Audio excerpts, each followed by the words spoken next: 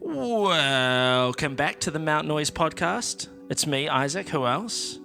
Speaking to you through the internet, through a microphone, into your headphones, into your ears, into your brain. It is me, the noisiest mountain out there, Mount Noise. Pew, pew, pew. Today on the podcast, we've got Lara Marie, manager of some great bands. You may have heard of them. Ringlets Vera Ellen. Oh my God. But a promoter as well. Just dabbles in promotions, and in that dabbling has put up one of the best lineups I've seen in New Zealand for a very long time in the Junk Fest Volume 2, which is happening in Auckland, Saturday, 7th of June, utilising all of the Whammy you know and love, Whammy, Double Whammy and Public Bar, across one night. It's going to be an amazing show. It's filled with bands that I love. A scene, can we call it a scene? We actually discussed that in the podcast. Bands like Vera Ellen, Pearly, Office Dog, Saltwater Criminals, and then some Australian bands, The Empty Threats and Twine. It was a great conversation with Lara Marie. We talk about accessibility, financial as well as geographical. We talk about the music industry versus music scenes, and the inspiration behind the medieval, almost metal tangential poster design, which I absolutely love. So if you're into music, and of course you are because you're here, aren't you? You're going to really love this conversation, but you're going to love coming along to Junk Fest, Saturday, 7th of June. And if you missed it, if you're listening to this after this date, I guess thanks for working backwards through the episodes, but guts for you, you didn't make it. Buy your tickets. Don't wait till the week or the day. Promoters get so anxious because you guys have stopped buying tickets ahead of time. Just buy a ticket. Commit yourself. Don't be afraid of commitment. Anyway, without any further ado, here is my interview with promoter, manager extraordinaire, Lara Marie.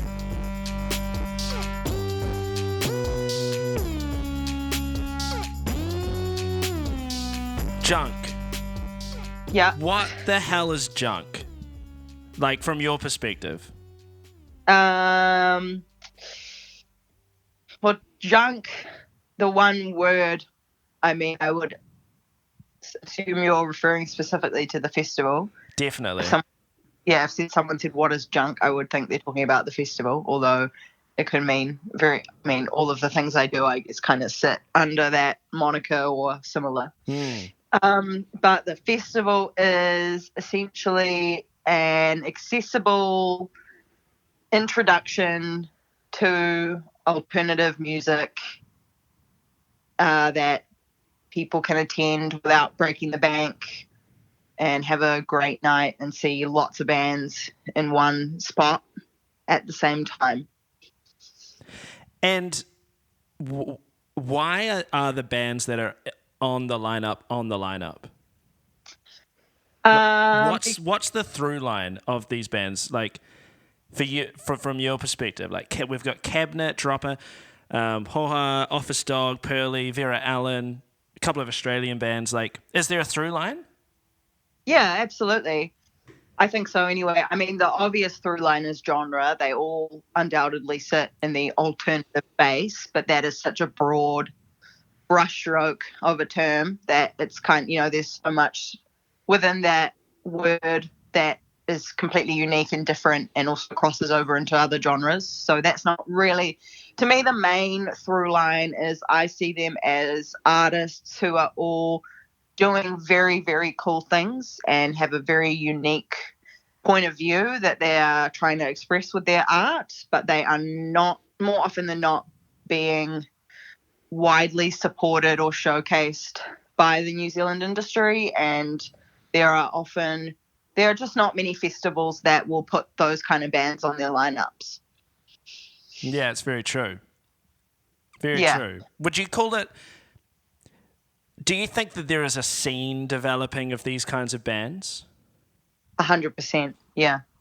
So do you consciously think about what you do and junk playing a role in kind of that scene and maybe the formation or the perception of it, or is that kind of something you don't really bother thinking about? It probably actually is the main thing that I think about. It is probably my main driver. I mean, my main driver is not, I guess most promoters' main driver, right, is like profit versus loss. If that was my main driver, my tickets would be far more expensive than they are. And the whole reason that they are accessibly priced is because the whole idea of it for me is if someone can come and see 13 bands for $45, they are probably interested in the type of music that is being showcased. Maybe they haven't seen the band specifically before, but they're going to go, hopefully they'll see at least one band that they connect with incredibly well. And then that's a fan that will carry through and then spend $30 to see that band play their next headline show, and so on and so forth. That's kind of the idea, is like it's an accessible gateway entry to discovering something you might really like and then further support. That's an interesting intention for the festival as well. It's like it's kind of as much of a launch pad as the thing itself. Yeah, I mean, I would hope so. That's kind of what I'm trying to do, because I think all these bands are doing really cool things, but as I said, I just don't see the support is there from the wider industry for the majority of them anyway. And there are a few on there that are definitely well recognized and supported, but putting them on that lineup with other bands who I don't think have that support is beneficial, of course. But I totally forgot where I was going with that. It's an accessibility thing as well, and I think geographically, because you know this is happening in Auckland at Whammy and Double Whammy and Public Bar, but Yeah. it's not just Auckland bands. You've got a couple of Dunedin bands. Yeah. You've got a couple of international acts from Australia. Yeah. Why was it important for you to get bands from outside of Auckland for this show?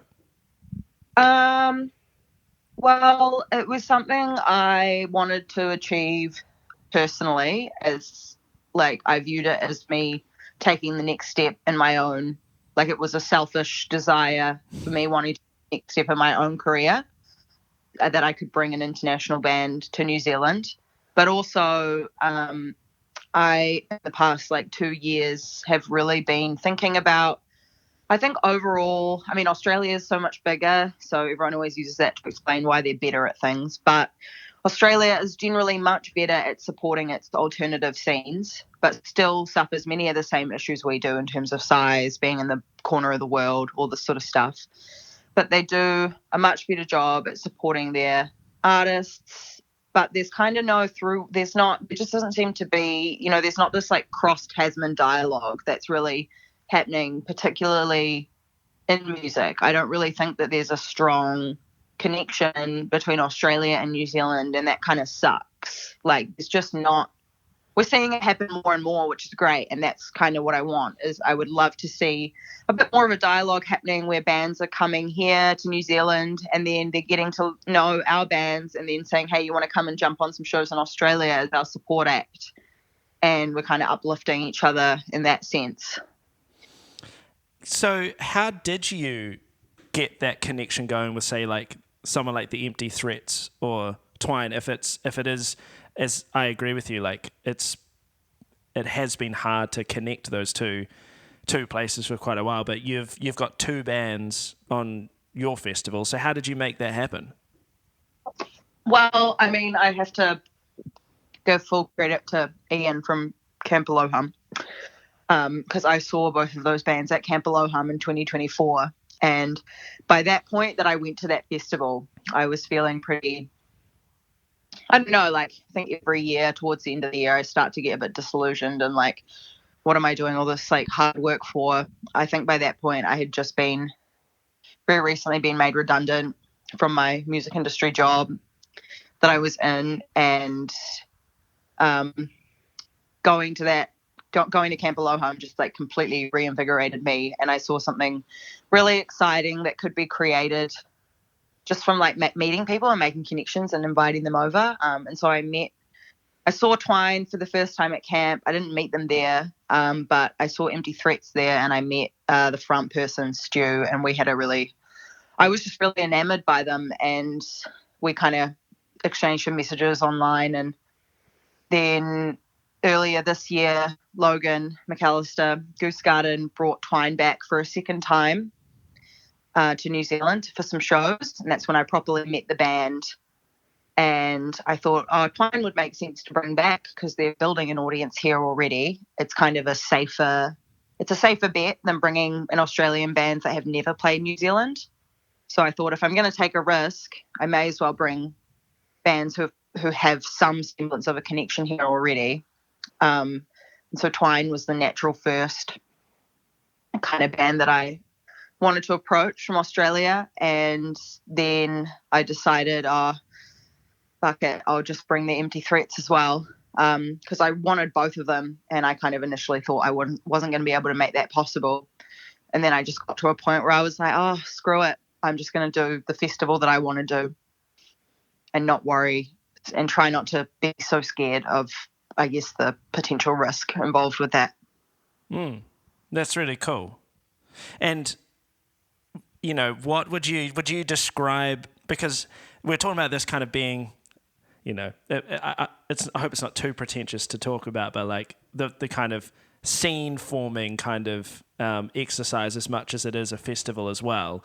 And you see what Twine and the Empty Threats are doing over in Australia as in that kind of line of what is happening over here with some of these new bands like Pearly and Ringlets and stuff in New Zealand. Yeah, I do. I mean, well, both of them are from Adelaide, which out of all the Australian major centres, you know, they're kind of very similar to New Zealand in the sense that, like, Adelaide is, I think, the closest major city is Melbourne, and it's like a 4-hour drive. And it's kind of the case with most, you know, hubs in New Zealand as well, other than Auckland. And they are succeeding. But, you know, I think Tom from Twine has only very recently made the move to Melbourne, but they had kind of succeeded predominantly in their hometown in Adelaide, and they're also just making like really great music that I think resonates here. And there's so many great Australian bands that will resonate here, but like I guess I had to start somewhere, and it made sense to keep building their audience and in turn build the audience here for Australian bands in general. And from your experience dealing with and meeting these Australian bands, do you get a sense of how they view New Zealand or the New Zealand music scene or playing in New Zealand? Oh, they love it. Yeah. There's a really strong, at least there's been nothing but excitement and like keen and like willingness and readiness to come and explore. They like being here, like the people. I think they just like that we're a country so close to them and that there are people here who are embracing their music and want to celebrate it here. That must be a really exciting feeling. I can only imagine. And they love our music, you know. All the band. I mean, I know that all the bands that played at camp, which were predominantly Australia and New Zealand artists, were like so impressive to them. I heard Stu from the Empty Threats on BFM talking about that lineup in particular, and about how they were so surprised at the level of talent that people had who were just kind of almost like hobbyists even. You know, we have just your like average Joe down the street could be like a fucking genius musician and you wouldn't necessarily know. And then the bands that are making a consistent effort to try and like make a name for themselves are incredible as well. So we just have like a varied range of artists and levels of talent, but all of it is like quite unique, I guess, probably because it is being made in a very isolated country. Speaking of great music being made in isolated parts of the country, you've got a couple of Dunedin bands on the lineup as well. Yeah. Mm-hmm. And I think you and I have talked about, talked with a bunch of people about how Dunedin makes some of the best music in New Zealand, but it gets outside of its own scene the least, probably. Yeah. And so I think it's really, really cool that you've got, you know, bands on the lineup coming up from Dunedin, because I think what this says to me is that we've identified the issue of bands from the North Island. They don't tour the South Island very much, and bands in the South Island only occasionally tour the North Island. Yeah. Obviously, it's because there's costs. Yes. But I think it's also what you've shown me is that, there's actually a real lack of promoters. Yeah. That are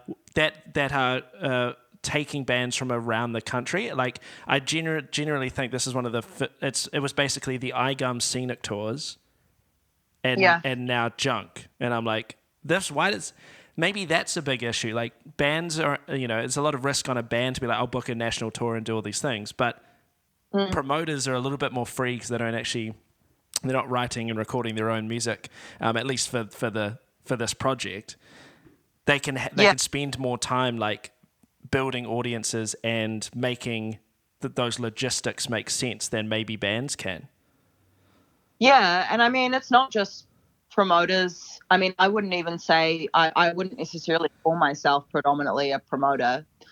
That's not necessarily what I aspire to be full time as my career. But I think there's a lack of upcoming. There's a large amount of emerging artists. I would actually argue there's not enough. We need more bands always. But the ratio of emerging artists to emerging industry talent is like 10 to 0. It's kind of crazy. So it's not just promoters. There's no young managers. I mean, there are young managers, but they're not young in the sense that I'm talking about. Like, I want to see that we need more people in high school who are like having the inkling of, oh, cool, all my friends are in bands and they need somewhere to play. They can come play in my garage, or I'm going to ask my friend down the road if we can use his backyard and set something up. And I really like this band and I might help them. I'm interested in like admin and helping out with some stuff. I could maybe budget for them to do a show. Like, there's just not enough people kind of exploring those aspects of industry that bands often don't want to or know how to get involved with. And so therefore there's like just not enough people out there helping musicians to connect with each other. Because I guess that's what I noticed, is that there were all these incredible alternative kind of scenes brewing in each city, but there was no space for all these people to come together to make a larger impact. So what's missing? What's the connection like point that's missing that can be grown to solve that problem? I think it's really hard to pinpoint it on one thing. I mean, like you said, the cost of bands getting around is crazy. So in order to get the bands all into one kind of city, you need someone willing to invest in that. But in order for someone to be willing to invest in that, they have to kind of have a few years working around the industry, getting to know how it works. I think it's a combination of music education, music infrastructure funding, and actually I would say those maybe are the main two. And I had a little smile there when you said that you wouldn't consider yourself a promoter. Predominantly, I think was the word. So, which is hilarious to me, because you're essentially doing as much or more work promoting, pushing forward promotions in New Zealand at the moment. So that's pretty funny. What for people who aren't familiar, I guess we could zoom out a little bit and talk about, like, we've talked about Junk, but Junk comes out of Junk Mail, right? Which is essentially you. Yeah. So if you're not predominantly a promoter, it's just one of the things you do. Like, how would you describe yourself, aka Junk Mail, and what you spend your time doing? I spend most of my time managing artists, but secondary to that, and I actually the overarching thing that I do, I guess, is community building. In a wider sense. I would probably say that I spend most of my time doing that, which kind of, I guess, encompasses like a lot of the work I do for managing my artists, which is a lot of that work is essentially me trying to network so that people take me seriously as a young woman trying to manage alternative bands and artists and be taken seriously in a very competitive, money-driven and like status-driven industry. And so the community building is a big part of that because it's kind of like that build it and they'll come mentality. I want to show that there is value in this side of the scene and that there is something exciting happening. And in order to show that, I have to kind of prove it to people with everything that I'm doing. And so Junk Fest is a kind of facet of that. I'd like to be I'm working on trying to build connections up in Australia so that I can be a person who can be helpful as a throughway to bands interested in touring there. And I guess I just want to help uplift music that I believe in predominantly. Which tends to be music that isn't getting much support elsewhere. Yeah. Definitely. Why does it get less support because it's thought of as less commercially viable? Yeah.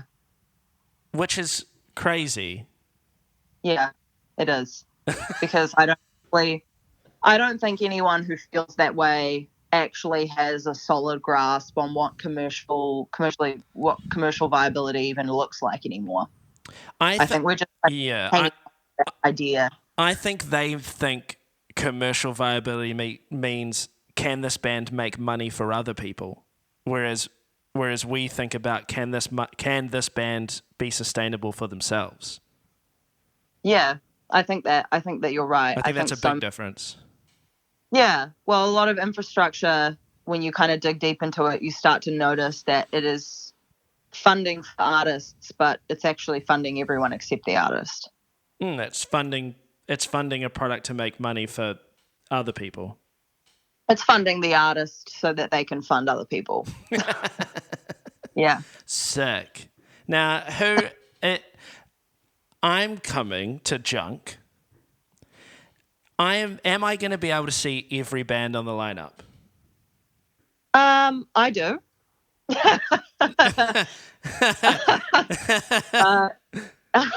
Probably not. Okay. I mean, it depends on how. Yes, it is possible if you really want to do that. But that's not necessarily the idea, and unfortunately, the venues wouldn't allow for every punter to do that. Okay. Yeah. Right. And so, how do you approach programming the night? Ooh. Have you have you thought about that already, or am I jumping the gun on this a little bit? No, I've got a timetable. Okay, so how did you approach that timetable? I start on it. I start doing it when I'm before I've even reached out to bands. So like I have a wish list of who I want, and then I kind of start filling that timetable out so I can get an idea of whether it actually all works together before I kind of reach out to the majority of them and book them in. And then as people say, hey, I can't do it, and I have to go to my second tier of bands that I wanted to ask, I kind of swap things around and move them. How is there a system? Not necessarily. Last year, I tried to make each room kind of similar in terms of genre, but this year it's more been based on the venue and how I think the artist would work in each space, because the spaces are quite different now, and that's definitely been a challenge. Like Public Bar, as an example, can only house like 100 people at a time, roughly, probably more, give or take. And that's like a bar. So it's not really a gig space. And so I've kind of thought about when I'm putting acts into that room, you might think that I'd think, oh, I'm going to put the smallest act in that room, but I've kind of done the opposite, and I'm putting some heavy hitters in there because I want the room to really feel packed and fun and take and make it and kind of move it from that little bar space into a really cool, like almost like it's a pop-up show and there's more people in here than you would have seen, and it's, you know, it's like a limited capacity kind of thing. And then when it comes to like the big stage and Double Whammy, I think about obviously who on the lineup is playing rooms that size and whether they're going to be able to fill that room with as many people, you know, that it needs to fill it, so that the other sets that are happening at the same time can also have people. And it's kind of it's like it's a flow of people, it's a size of act, and it's also a very much like a performance based. So if I know a band, for example, one of the bands that I put in Whammy, I totally would have put in Double Whammy, and I think they could have played that, but I really wanted to see their performance in a small space and see what they would do in that room. Vibes. So yeah, it's kind of act by act and where that band is at, and very much like trying to make the flow of the spaces make sense. Would you say out loud, are there like dream gettable bands for Junk that are, have you got a wish list of like, I at some point I want to have this band on a stage at something like this? Yeah, 100%. There are a lot. Yeah. Logistics is a real bitch, isn't it? I love, if I think about Australian bands, I mean, these guys are kind of more established, but I love Tropical Fuckstorm. I would love to get to a point where I could have a more established act like that come and play, but still keep the main essence of the lineup as it is. I feel like that would be an exciting addition. I like the Melbourne band Delivery. There's a great band called Radium Dolls. Really cool band I think they're from Sydney. They've just popped up and they have one song out called Zhao Zhao. And I am like obsessed with the song. I would really love to get them next year.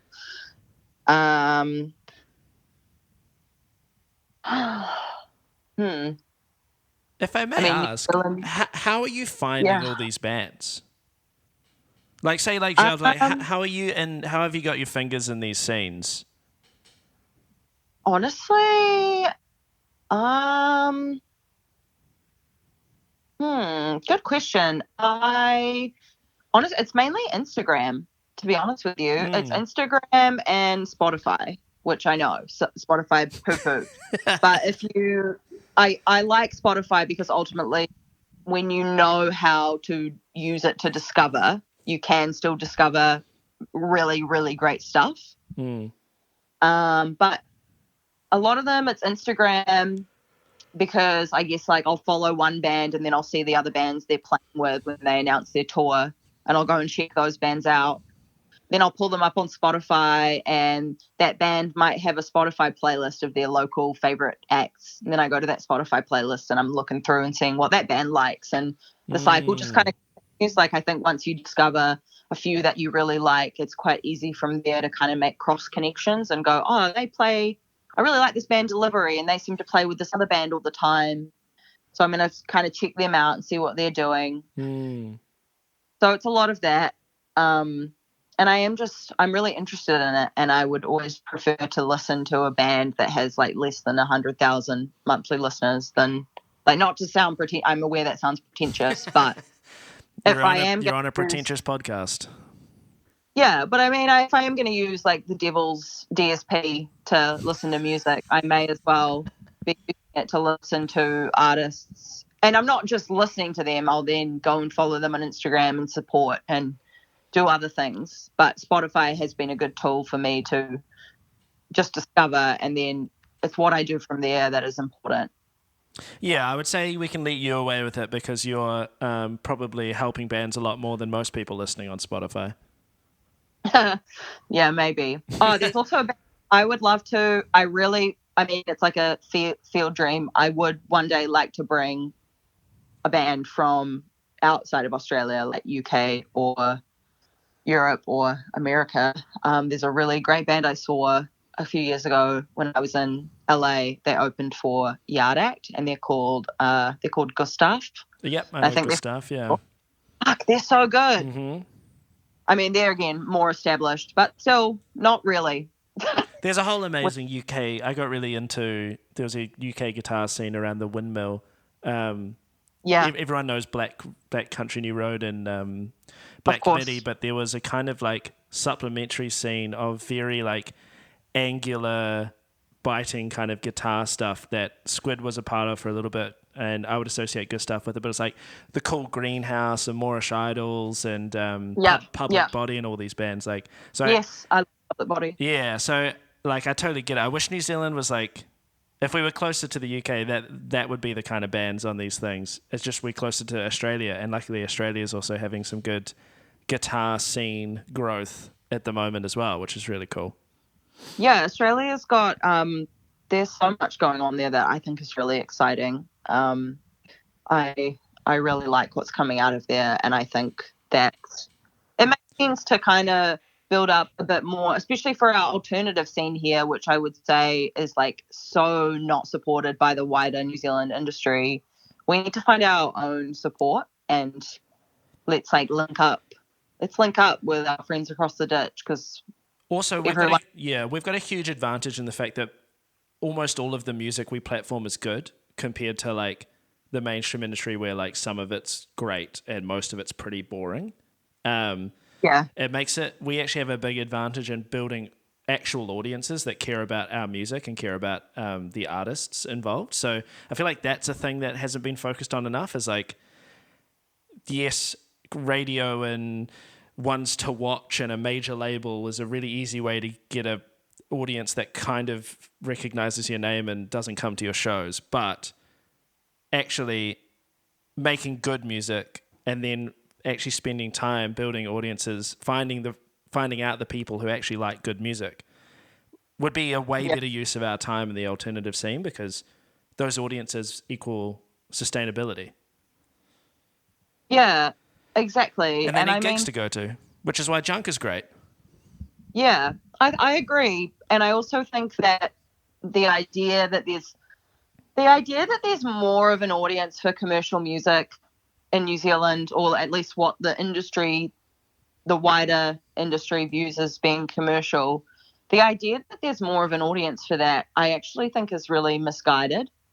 Because the audience they're talking about are not new music seekers. So yes, if your music is commercial, it's more likely to get on commercial radio and be heard by way more people. But how many of those people listening to that are actively engaged music fans who will then remember your name, buy a ticket, and support you? I don't think very many of them. And so the idea that that is a more valuable audience than whatever we're cultivating, to me, is very misguided. I agree. The last thing I wanted to talk to you about was the visual design of the poster and everything. Like, tell me the story of that. Um, Because it's really I good. I really like it. Oh, I'm glad. It's Patrick Hickley who Classic.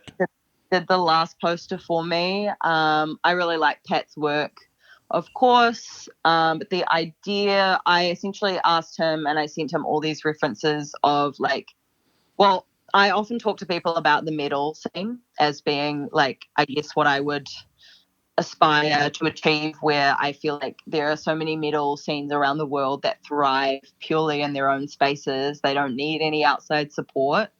Not that they don't, I mean, they probably need it and they would like it, but they have their own ecosystem that they create and exist within that can sustain them. And we see, there are so many New Zealand metal bands who travel the world that we like never talk about because it's just like its own thing. And I actually grew up, like when I was younger, metal adjacent music was initially what got me interested in alternative art forms. And so I wanted the poster to be inspired by, I guess, like a traditional, like black and white screen printed DIY metal poster that you might see. And so that's the inspiration that I sent to Pat, and he killed it. Yeah, Pat's a bit of a genius. He's great. Soft Bait as well, if you don't know. Good band. They are a great band. Well, I think let's just remind everyone it is happening. This will come out, I think, very soon after we hang up. Maybe not immediately, but in the next following days. I made it sound like I was just going to post it immediately. But before the event anyway, so we can tell anyone who's still listening that if they are in Auckland and they haven't got tickets, how much are you selling tickets for? They are up right now for $45 plus booking fee. Mm-hmm. And the most expensive they will get to is $50 plus booking fee. I assume that'll be on the day or closer to time if these 45 ones sell out. Yes, yeah. If there are door sales, you're going to make it even more expensive to really punish these latecomers? I don't know. TBC on that. TBC. And there will be merch. There will be merch. I'm very excited about that. I'm getting 35 made because I'm broke. Well, I shotgun one. Don't worry, I put your name on a list. Oh, my name's on another list. Great. And it's happening Saturday, 7th of June. Yes. Whammy, Double Whammy Public Bar. They're all right next to each other, so on K Road, so you'll be fine. And if you're listening to this podcast and you don't know Whammy, Double Whammy, and Public Bar, I'm not quite sure how you arrived here, but thanks for listening.